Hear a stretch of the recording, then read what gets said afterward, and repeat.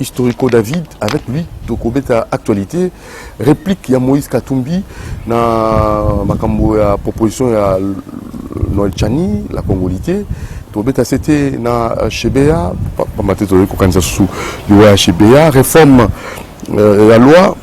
Nakati a réforme Assini, tout ça, l'Assemblée nationale, c'est Bandaki. Et on verra un peu comment est-ce que l'aboutissement est à Likambango. Et on va chuter dans Likambo. Italie général John Numbi, a déclaré déserteur. Et voilà, donc ce sont là les points qu'on va aborder avec notre invité.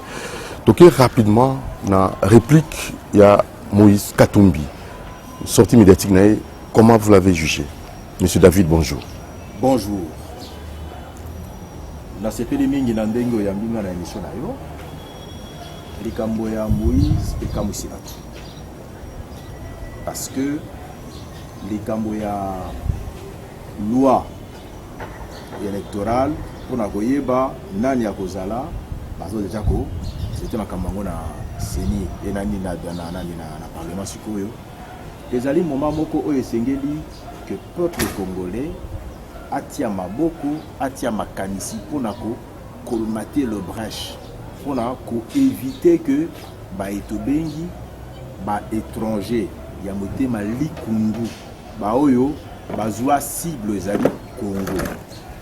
Pour les libérer, baza koya ba gagner ba institution pour na kosala ka ba affaire, ba tekisa ka Congo, ba créer ka ba problème na Congo. Batouana, toute sa bango occasion de par la loi, Babandako, Kotanakatia, chambre d'avis pour ma décision. Donc, la loi Oyo Tchani a préféré qu'on proposer. On a la monipo n'angaï qui est tard. Parce que un pays normal qui respire bien sur le plan, il y a la démocratie. Ils ont un exercice qui tout ça la Congo régulièrement. Donc, assez souvent, tous avons par exemple Angola et tout, après 2 ans, on va renouveler billettes. C'est tout ça pour revoir le contexte. Nani azali angolais, nani azali congolais, après ce que vous allez congolais, vous allez au Boutamina papa, na maman azali congolais. Ça c'est la proposition de Tchani et puis vous avez la nationalité Mokopam. Mais on a évité. Moïse Balobaki Abateo. Bengami na Kabila, Kabila Lobiki, c'est un Italien, ainsi de suite. Non, nous connaissons Moïse Kola, Congolais. Azori, le régime où il est essayé, chance à Kolobaki, Azala, Azonga, Azabilo, qu'on a union ces entreprises, Bazoni c'est les diables. Mais Ezali loi va proposer. De quelle loi, il est absolument à Sombi Kamboyango. A logique pour aller à Zalina, maman n'a pas dit que la tanga est mais quand c'est ça lié à curiosité quand vous voyez dans le bas vous allez dans la carte na yowana azana kamwa un sang blanc ils ont la carte wana mais sans wana to koyi banane to luka to banane pe papa na ye azali mudiambo ka en tout cas la possibilité de la doter tout na ye azali koloba likambo ya papa na été alobaka makambo ya maman na ye pardon le zona donc wana ezali kolakisa que il se sent morveux et il commence à répondre à un problème qui ne le concerne pas. C'est que il se sent vraiment concerné parce que Azali est effectivement un étranger, parce que je ne vois pas pourquoi lui il va chercher à répondre et même d'ailleurs commenter tout ce que nous apprenons sur les réseaux sociaux, ce que Batla Roger Wawana, les Katanga va se retirer du poids de la nation congolaise. Tout ça pourquoi? Parce que Moïse, son père, il est blanc. Je crois que c'est un peu ce que ça cache. Mais ce qui est vrai, c'est que le Belina et Sali Yao et Asali n'a évité. Ce que va faire ça qui est ma conseil. Mais ce que vous allez y comme d'abord, il était inopportun, qu'il parle, et puis Amir rabaissé Yemoko parce que au seuil où il était, c'était un leader dans ce pays. Ils avaient une loi. La loi, elle est impersonnelle. Mais ce que moi dis que vous allez au Kangamalakati à loi wana, Mais écoute, fais tes valises. Mais si tel n'est pas le cas, ben, bien chercher à poser des actes qui puissent honorer ta patrie. Ah, tu dis que c'est dans le oh, la patrie na biso. Pourquoi Koboya, tout ça la yango na koloba vraiment, nani aza congolais, abotami wapi, papa na ye nani, c'est un exercice que c'est même soyeba. Toyebi, c'est tout la même Félix. Papa na ye Tshisekedi, maman na ye Marc. Toyebi nous babendi XTL et tout ça là. Maman na ye nani papa na ye mais bato baza koya tozo bati donc baza bana banani et tout ça là et il se retrouve ya bango passion ezali baza kaka ba ministre. Bazara ba député non mbeba eza koluta mingi na bato wana parce que baza kotekisa bolamu ya bakongolais et nous ne voulons pas ce genre de personnes pendant que lelo mboka ezokufa il y a besoin ya misala il y a besoin ya ba congolais bazwa basali moko ya bien toujours la bacolton donc nous avons la possibilité ya toujours la matière première aussi peut transformer en awa que possible ba misala ba na biso mais besoin que j'avais mbongo belé pays epesi bino atako yaki na ba 100 000 balé mais ba bimisi yo ba miliyo ti wapi na mboka oyo mais ozwi mbongo olio salela mboka otie kosala entreprise na yo na mboka mosusu donc boyambi ya Congo ezali te bolingi ya Congo eza te tolingi nde bato ya oyo balingi mboka et nous le voulons. Voilà, alors de ce CBA, alors l'affaire CBA, il est très important que l'on en parle parce que la Kanisi, la Mikolo, les Alikoya, donc on a obligé de constater les 30 juin. Dans les 30 juin, la Kisaka toujours sauté à Lumumba. Babomire, la Kangela, Batumba, Baboma, Batuana, Tomona, Basekoi. Tomona, c'est ça, Batumba,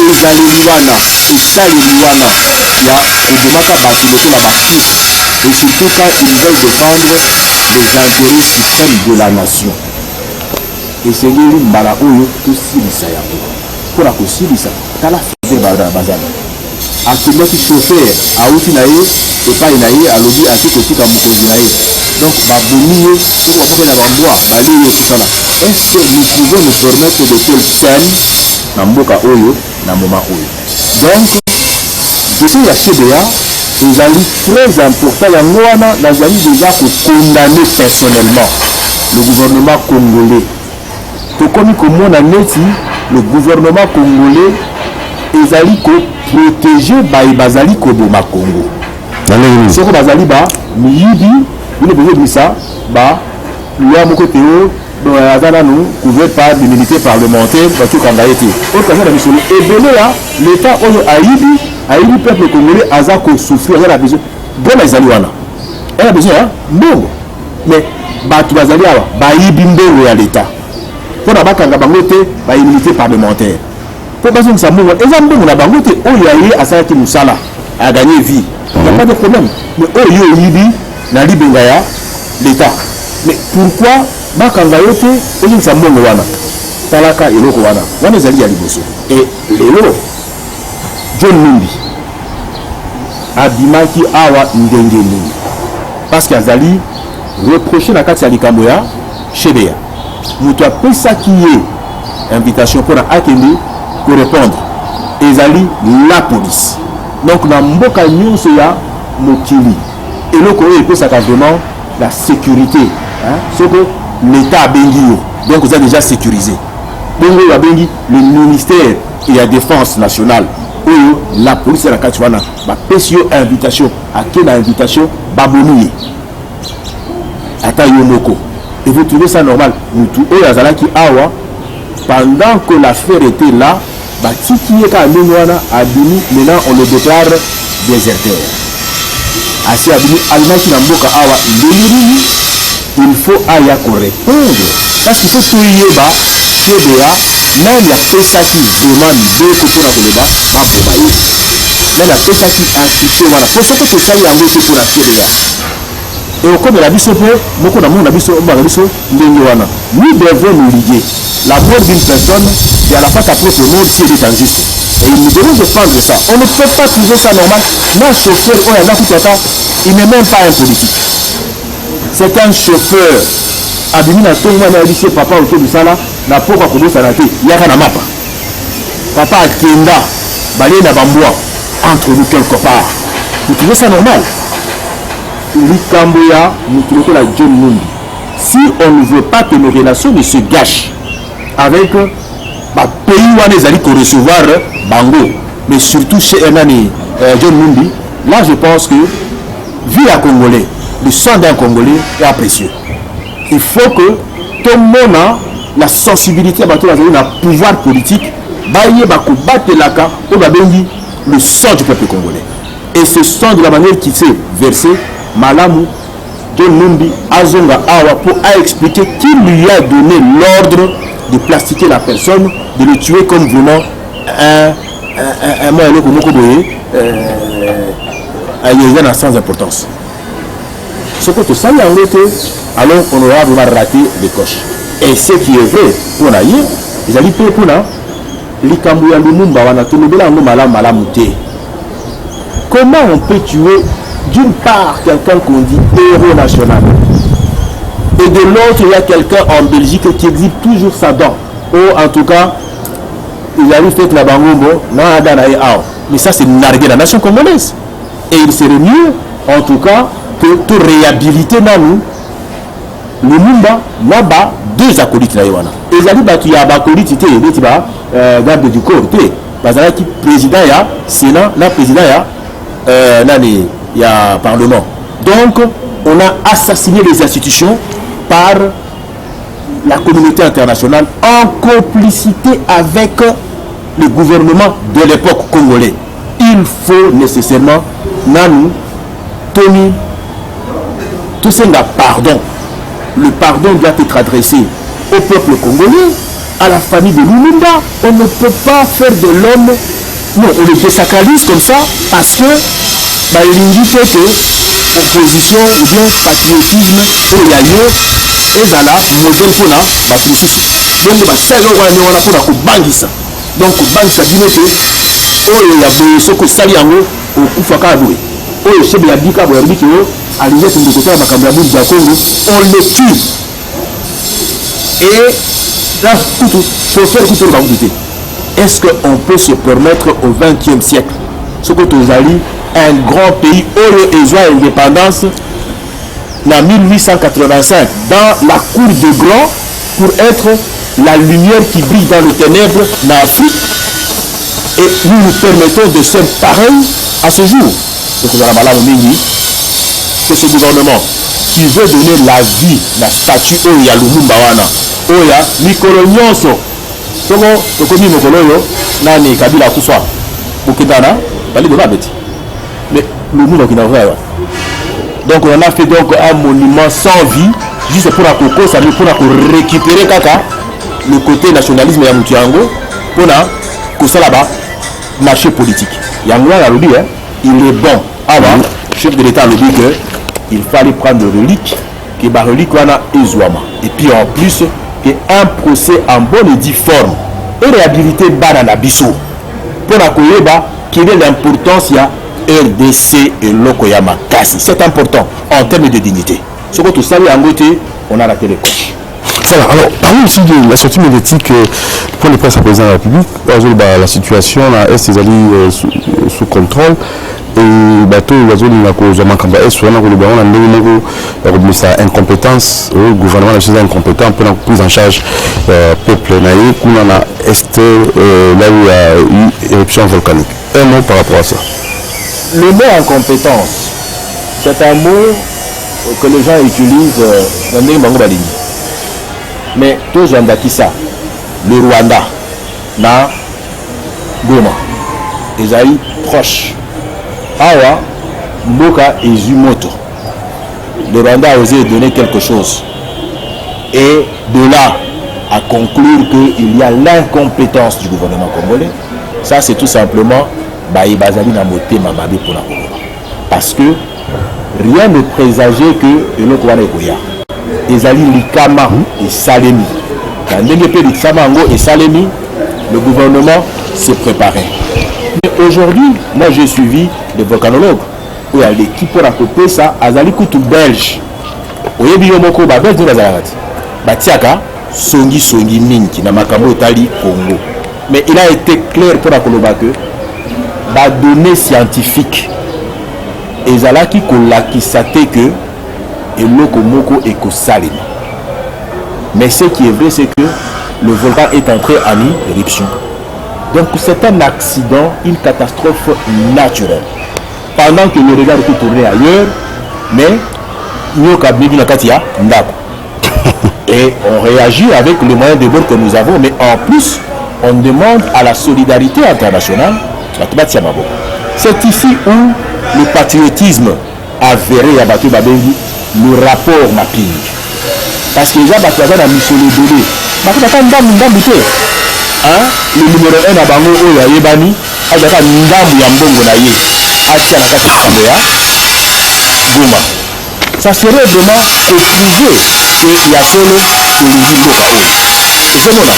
En termes de là, opposé par acte, c'est là, c'est bon là que, à chaque fois qu'on voit la Timabé, comme je dis là, mais que ça là, et l'autre, je considère l'autre, c'est une partie de moi-même. Au moment, chef de l'État, à Zongi Mangou, à Juba disposition, mais attaque allié à Juba disposition. Il ne faut pas tout ça la police à tout va bien, non. Les moyens de l'État par rapport à la profondeur de l'abîme, surtout qu'ils allaient accident, et Koki Kokokate et Seigneur Kaka, Batubatia, Maboko. Et le chef de l'État a parlé, et il a bien parlé, mais maintenant, qui va particulier, j'ai entendu parler, il y a un des pasteurs, j'ai appris qu'il y a ici $100 000 à Pessi. C'est un pasteur à ici, c'est bien. Il faut que ça la makambo ya bongo. Mais plus vous faites makambo ningwana, malambo za la paix, peut-être la kata église na bino, makambo ya vous ça va bala batu et commencer à oublier les choses ici là. Non, c'est important ça que c'est l'idée. Ce qui est passé peut-être. Bon, il y a un pasteur, il semblerait, qui a donné 100 000. Je préfère faire en tout cas son nom parce que finalement, on va faire ça là, n'est campagne. Mais ce qui est vrai, c'est que après 600 000, bah, nous soupé, bah, paye ça. Bah, confession religieuse, neti, église catholique, bah, paye ça. Bah, tout le coup là, bah, sali, bah, konga. Mais, bah, paye ça, peut-être même pas, c'est bah, qui paye belé. Il faut qu'on soit au bout. Mais, ah, bah, le bah, qui a la kio, bah, kanga qui, il y a combien? Mais le dit, Bakonga, on dit comment on a la bloque. Mais bon, monsieur Azak, on a un bon Azak. C'est un bon, on appelle ça. Azak congolais. Donc, il est passé à Mokilo et à la montée. Attaque au Yibaki à solo. Pour le mec qui est au Yibaki. C'est les alliés. C'est pas ça qu'on a dit. On pour la justice, là, c'est deux. Bon, on va dire à Nicolas, tu as dit que Bakamwana, Bakutala, on a nommé au Kotala Yango. Mais déjà, le fait que Abimaki Nambongo est l'équipe 10 000. Les Alimbeba Moko Yamunene. Et pour ça, on l'a déjà condamné. Et il est condamné. C'est un manquement grave en tant que Moutou et Sengi Lazara. Un exemplaire. Et puis, en ce moment ici, quand le pays est en crise, il y a une colobate, Moutou Nyonso, il va fonctionner à l'État. Ce que, à Salamana Nenga Saliwana, c'est ça un étranger Moutou à l'Imboka. Et il est vrai qu'il faut le traiter conséquemment selon la loi. Voilà, parlons un peu parce que vous savez, on devait aussi insister sur l'affaire Vita Caméré, pour un appel, oui, marche, réprimée, refusée, gaz lacrymogène. Est-ce que ça revêtir caractère de l'état de droit, parce qu'il y a des polémiques venues autour il y a des mois? Je crois savoir que le Cambo à Caméré, en héros et yango, quand je me poser question, c'est que, et comme dans l'aspect politique, parce qu'à l'obé là-bas politicien, bah ça là tout ça, bah ça la marche. Et il demande que marche soutient à l'innocence de Vital. Ok.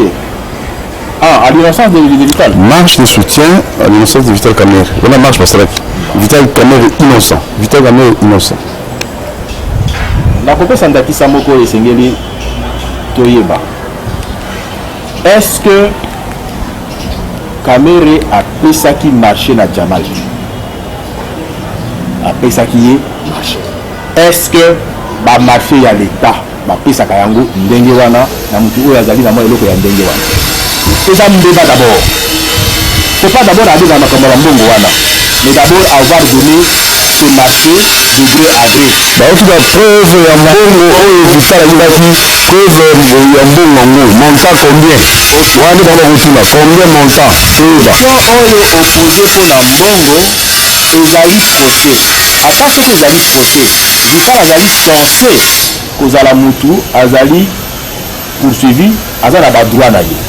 Badroit tokopesa mpe na justice na niveau esika azalaki kaka te mpe na appel. Nyonso wana ekosalema. Le deuxième verdict qui va tomber, parce que le premier, on l'a condamné que aibaki mbongo na ndenge to monaki a interjeté appel. Sika ki na appel ba mbongo nyonso oyo ndenge bazwaki yango oyo apesaki na ministre akendaki mpona kende kosala oyo asombaki ba ndaku na poto et tout ça là oyo azwaki avant ya na problème te ya ye moko ya misala ya salaki on a problème te mais oyo azwaki pendant cette période là on l'a déjà annoncé na ba ndaku basombaki o baseba et tout ça là mais soki procès wana esili ba retomber vérité yango wana ndenge opposer question wana.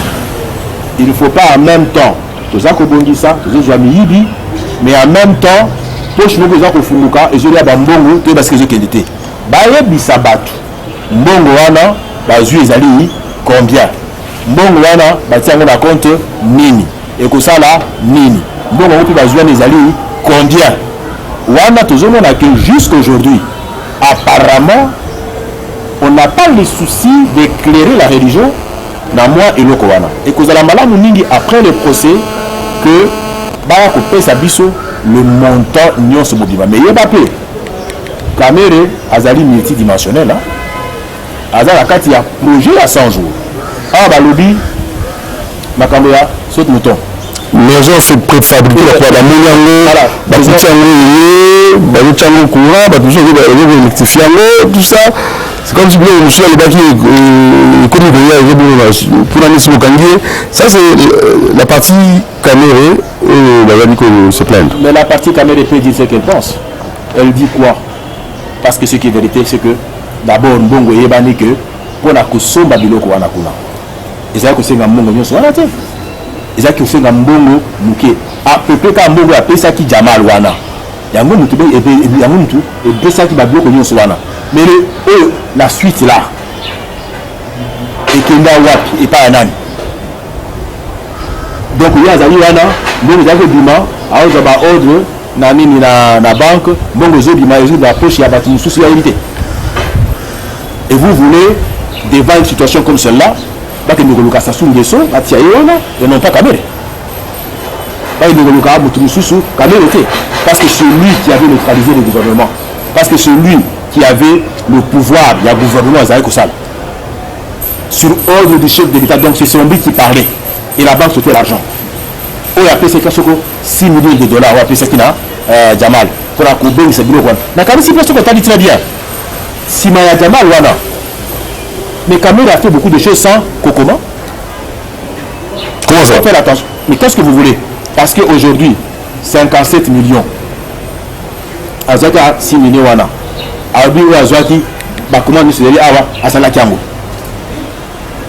mais eux c'est bien qui wana il y a contrat à liboso contrat à mibale et puis on lui a même dit la commission balobi ba montant ya boye il faut ça lango ba nini ba projet mibale il y a vu à 500 millions admission sur 57 millions et dans moins de 2 mois bon c'est la banque il faut retrouver même d'ailleurs et puis la commission en dehors il y a procès il y a un autre procès.